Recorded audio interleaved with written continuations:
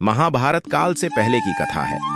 एक राजकुमारी थी अंबा, जिसका 2 बहनों सहित भीष्म ने अपहरण कर लिया था।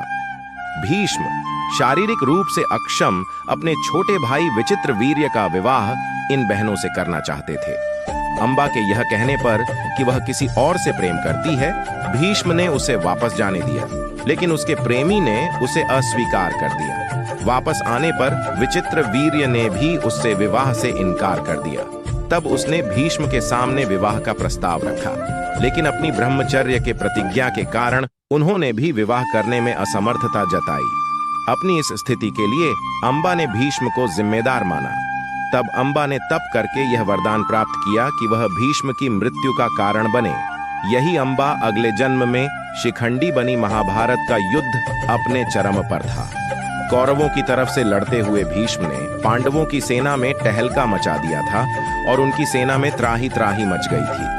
तब पांडवों को लगने लगा कि भीष्म पितामह के जीवित रहते हुए वे कभी भी युद्ध में विजय प्राप्त नहीं कर सकेंगे, क्योंकि भीष्म पितामह को इच्छा मृत्यु का वरदान प्राप्त था।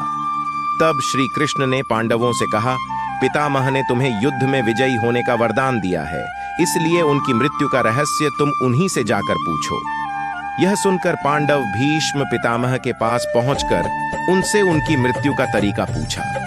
इस पर भीष्म पितामह ने कहा, वत्स, तुम्हारा वचन सत्य है कि मेरे जीवित रहते तुम ये युद्ध कभी भी जीत नहीं सकते, लेकिन तुम्हारी सेना में शिखंडी नामक योद्धा है, जो पूर्व जन्म में स्त्री था।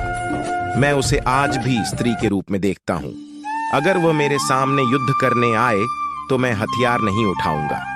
तब अर्जुन मेरा वध कर सकत दिन कुरुक्षेत्र में ऐसा ही हुआ।